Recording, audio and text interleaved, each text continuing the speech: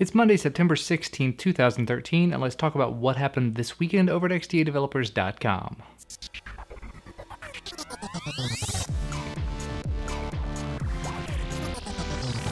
The stories actually seem to come in clusters this weekend, so we're going to do them one cluster at a time. First up, a couple of interesting stories hit the portal talking about items for the Xposed framework. XDA senior member Femblack has created an Xposed module he's calling Xblast Tools, which effectively gives you lots and lots of display customization stuff. And in all honesty, the reason that I chose to talk about this one, the reason why it kind of grabbed my eye is the word plethora was in the title of the story. Would you say I have a plethora of piñatas? Sorry, I forget you guys are actually probably kind of young, so that may be a very old dated reference to you, so moving on. But specifically, Xblast Tools allows you to customize a bunch of different things, including the clock color, the custom clock text, data color, rotation options, status indicator options, RAM usage showing up in the recent apps panel, using the CRT effect when you're turning the screen off, that and a lot more. So if you really want to be able to customize your display and you're using the Xposed framework, definitely take a look at this one. And XDA senior member Defem has created an Xposed module called Boot Manager, which does, as it says on the tin, manages your boot processes. This way you can see what's running on startup for your device, you can see what's taking up all of the boot process priority and what's making it take so long to start up, and disable the things that are taking longer than they really ought to be, or the things you don't need on startup. Now the problem with this that I saw in the comments section was that apparently there's a free version and a paid version, and the free version does not allow you to disable system apps on startup. So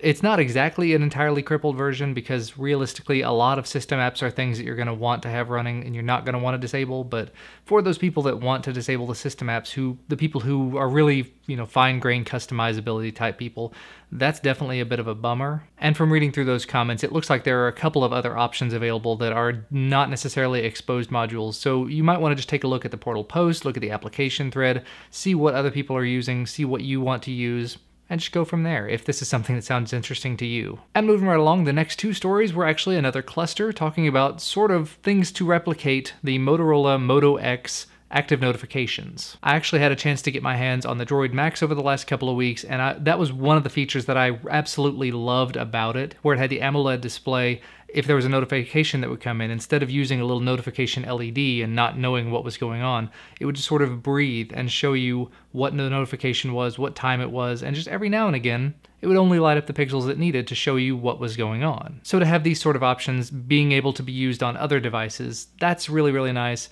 It's even nicer if you have it on a device that has that AMOLED display, so only the portions of the screen that are lit up are using power. That's an amazing feature. And of the two of these that get mentioned this weekend, the first one was done by XDA senior member Akshay, and it's called Active Notify. And the key difference of this one over some other ones that have come out in the past are this one does not require Android 4.3, so you can run it on some earlier versions, but I think it only goes back as far as Ice Cream Sandwich. And realistically, for either one of these that I'm going to mention, if you don't have a display that's AMOLED, you're probably going to really hurt your battery life by using this. And specifically, Active Notify should be considered sort of in beta, so do make sure to read through the forum thread to get all the details, to see if there's people having problems with it on specific devices, things like that. And the other app mentioned with very similar functionality to this was created by XDA forum member Nico001, used to be called Active Notifications, and it's now been renamed to Dynamic Notifications. And apparently, though it started out with only working on Android 4.3, has been changed so that it works on Ice Cream Sandwich and forward. And in order to make it work on these older versions of Android, he's having to use the accessibility service instead of the notification service. So it's a bit of a give and take. You get some extra functionality on older devices from that, but you kind of lose some of the functionality that it could have.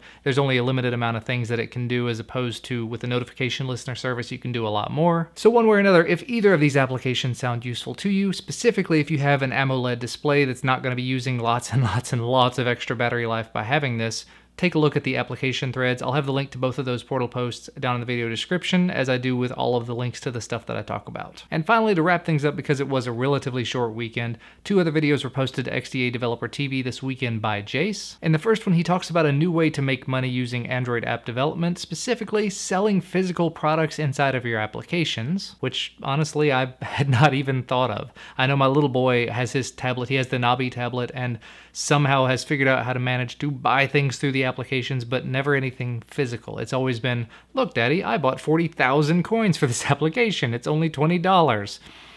Yeah, that app got removed very quickly. And in the second video, Jace talked about how to market your app more effectively without having to affect your budget so much. So if any of the things that I've talked about interest you or sound interesting in any way, make sure to check out the video description. I'll have links to all the stories that I talked about down there, as well as the links to my own YouTube channels, my personal Linux channel, and my gaming channel. But that is going to be about all from me for today. As always, make sure to hit that like button down below if you like this video, subscribe to receive our content as soon as it becomes available, and thank you so much for watching, and I will see you again on Friday.